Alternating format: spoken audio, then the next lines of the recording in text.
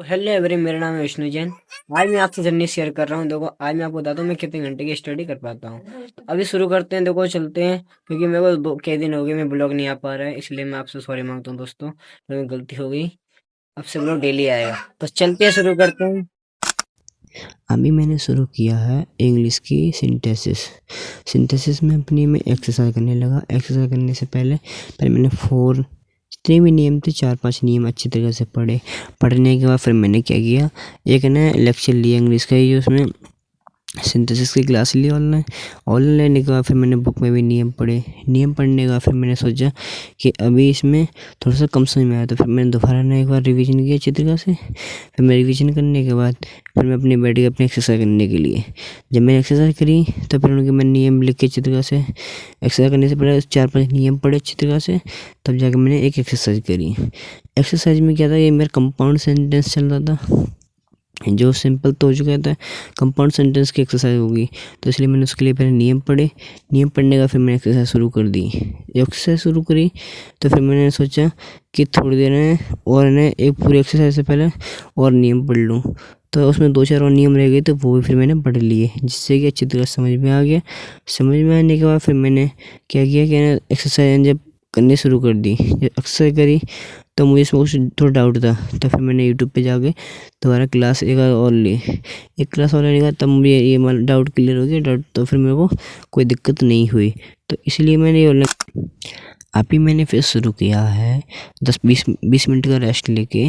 Rest लेने से अभी मैंने क्या किया, गर्म पानी पी लिया। गर्म पानी पीने के बाद फिर मैंने कि थोड़ा सा बोरिंग सा लग रहा था, तो मैंने कि 10-5 मिनट थोड़ा सा टहल लूँ। तो टहलने के बाद फिर मैंने बैठ गया अपना हिंदी का याद करने के लिए। हिंदी का जब याद किया तो उसमें मुझे याद करनी थी विधाएँ। प्रमुख विधा भी है और गौड़ विधा भी है, उसमें कुल 15 विधाएँ।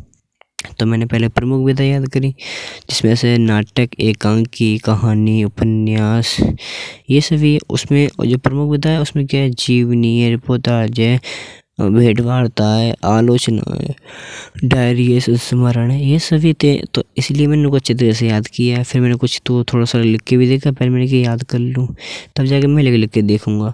तब मैंने याद करना शुरू कर दिया, अच्छी तरीके से याद हो गया। तब जाके फिर मैंने थोड़ा सा लिखा। लिखने के बाद फिर कुछ थोड़ा सा गलती दिख रही, मैंने दोबारा याद करो, उन गलती को सुधर जाएंगी। तो मैंने चेक किया तो थोड़ी गलती भी दिख रही थी, तो फिर मैंने कि दोबारा याद करना शुरू कर दूँ। फिर मैंने दोबारा रिवीजन किया अच्छी तरीक़े से। जब दोबारा रिवीजन किया कम से 4-5 बार, तो मैंने ऐसे ही को दोबारा रिपीट किए। रिपीट मतलब दोबारा पढ़ा अच्छी तरीके से पढ़ा, तब मुझे अच्छी तरह समझ में आ गया। फिर मैंने क्या किया कि ना इसमें मैंने कि 1 घंटा 2 घंटा में उसमें 1 घंटा उसमें करी पढ़ाई। तो फिर इसमें मैंने कम से कम 1.5 घंटा मीनिंग भी याद करी। मीनिंग याद करने से पहले मैंने कि थोड़ा सा खाना खा लूँ, भूख लग रही थी, तो मैंने थोड़ा सा खाना पीना खा के और थोड़ा पानी पी के फिर मैं अपने स्टडी करने बैठ गया टेबल पे।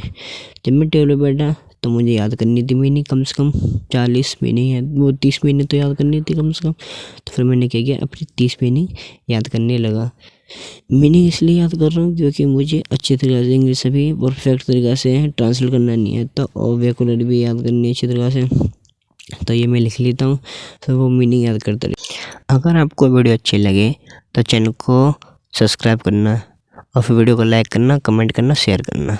तो आपसे ये मेरी विनती है मेरी कि आप मुझे सपोर्ट करिए दोस्तों। और मैं आपसे यही कहना चाहता हूँ कि ज़्यादा से ज़्यादा सपोर्ट करो। और मुझे है ना, मैं आपको रोज़ वीडियो डालता रहूँगा। बहुत दिन से ब्लॉग नहीं आ पाया, यही मेरी गलती थी। चलो।